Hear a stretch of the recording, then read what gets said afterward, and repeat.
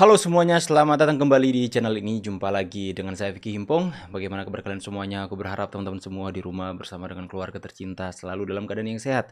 Sebelum kita membahas video yang sudah disediakan atau dirangkum untuk memberikan kalian semua tambahan informasi dan saya berharap bisa mengedukasi. Jika teman-teman semua yang ingin membeli kaos seperti yang saya pakai ini, hashtag terima kasih Jokowi. Di belakangnya juga ada desain Pak Jokowi dan juga ada logo channel YouTube Vicky Himpong. Kalian sekarang sudah bisa melakukan pemesanan lewat Shopee teman-teman. Dengan kalian juga bisa memilih pembayaran COD. Jadi bisa lakukan di sana, tapi yang tersedia masih kualitas high premium. Jadi harganya masih agak sedikit di atas. Nanti kita akan segera untuk melakukan pengadaan untuk yang range harga di bawah 100 supaya teman-teman juga bisa menjangkau. Tentunya dengan kualitas bahan yang standar dan semi premium. Dan juga teman-teman yang ingin melakukan pemesanan untuk WA saya langsung, kalian bisa melihat juga nomor WhatsApp akan saya sertakan di kolom komentar.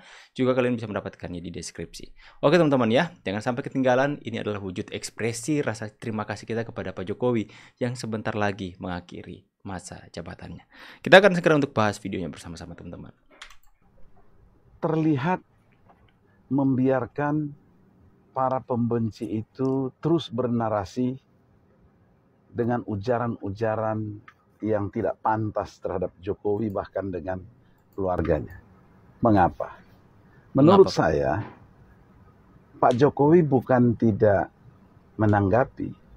Justru Pak Jokowi menanggapi secara serius.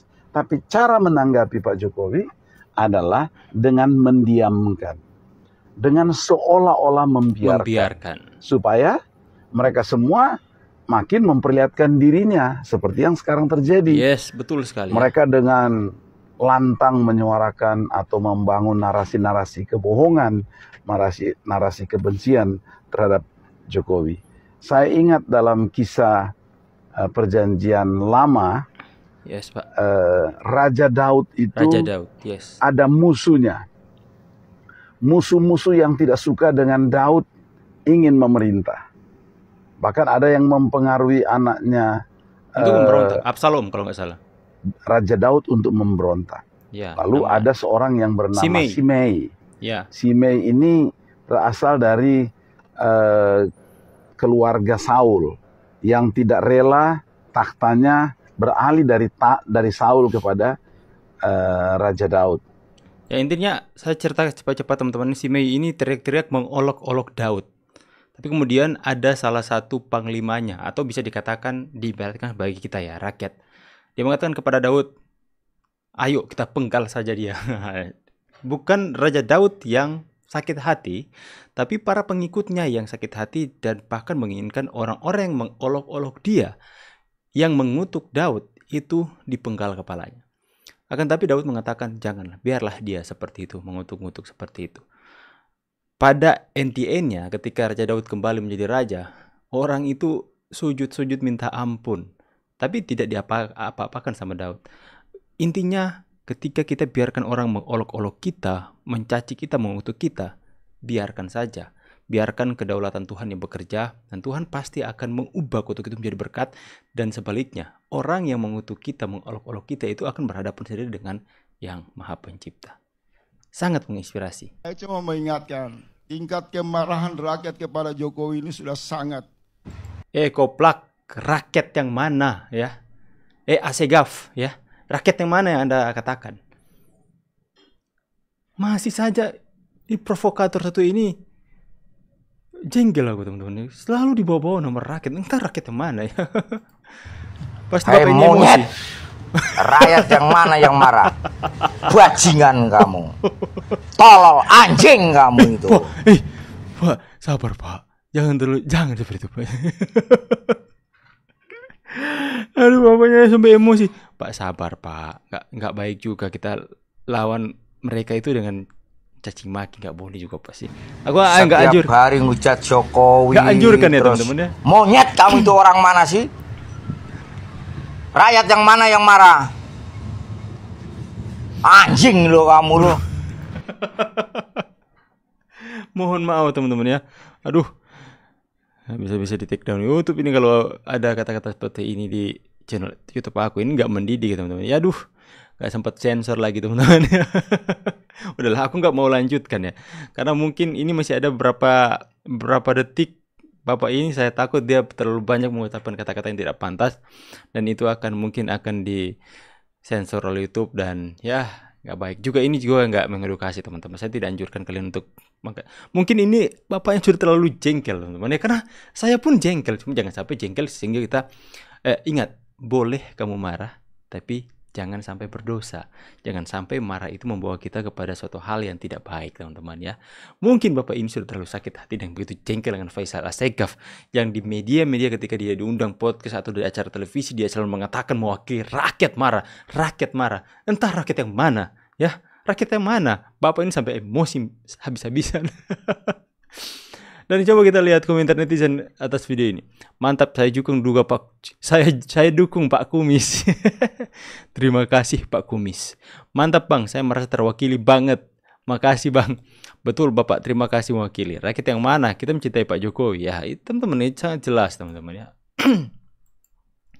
Kita benar-benar sangat emosi dan jengkel kepada orang-orang seperti Faisal Assegaf, Refli Harun yang mengatasnamakan rakyat yang untuk mengungkapkan atau mengekspresikan kebencian mereka. Kalau kalian mau benci saja, kalian saja yang benci. Jangan bawa nama-nama rakyat. Jangan bawa rakyat yang kalian bawa untuk mengekspresikan kebencian kalian. Ogah kami bersama dengan kalian, orang-orang provokator seperti kalian. Ya, gak boleh mencaci maki. Bapak Kumisnya nggak tahan teman-teman.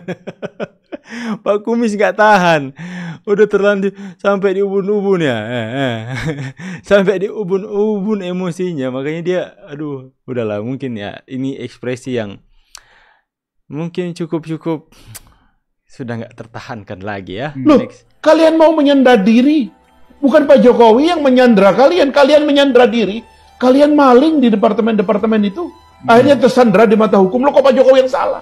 Ini tolong dikoreksi. Barulah yang kita memandang Pak Jokowi as individual. Pak Jokowi adalah manusia biasa. Memang ada kesederhanaan yang dibaca oleh publik sebagai representasi dari masyarakat. Cara ngomongnya sederhana, pikirannya sederhana. Ya kan? Apa-apa tuh pikirannya kerja aja, nggak diomongkan. Bagian dari kesederhanaan beliau yang oleh rakyat disetujui. Sampai menjelang beliau berakhir approval rate-nya 85%. 85%. Itu bukan rekayasa, itu bukan kaleng-kaleng, memang ada surveinya. Di dalam dan luar negeri surveinya kayak begitu. Loh, kalian mau menyandra diri. Dan anak-anak sebelah itu seperti nggak mau terima ya.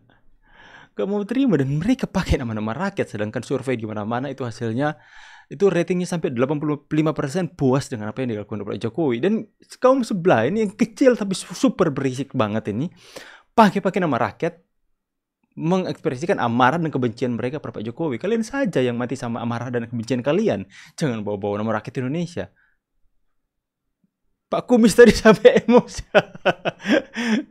Ya, Pak Kumis sampai emosi ya. Aduh. So you back, I'm a savage.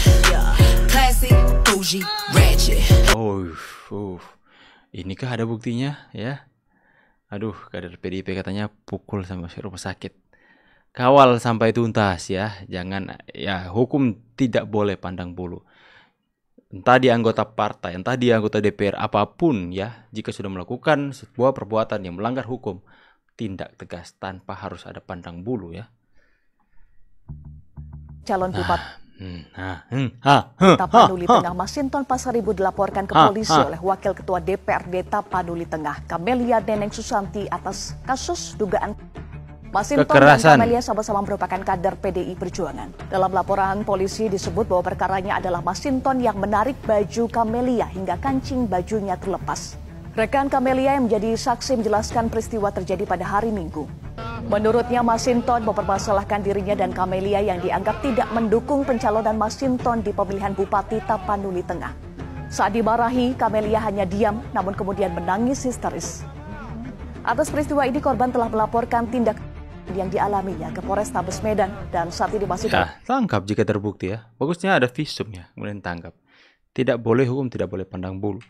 Ya, orang kok nggak mau dukung, Anda paksa, Anda tarik di fiksi, ganti warna.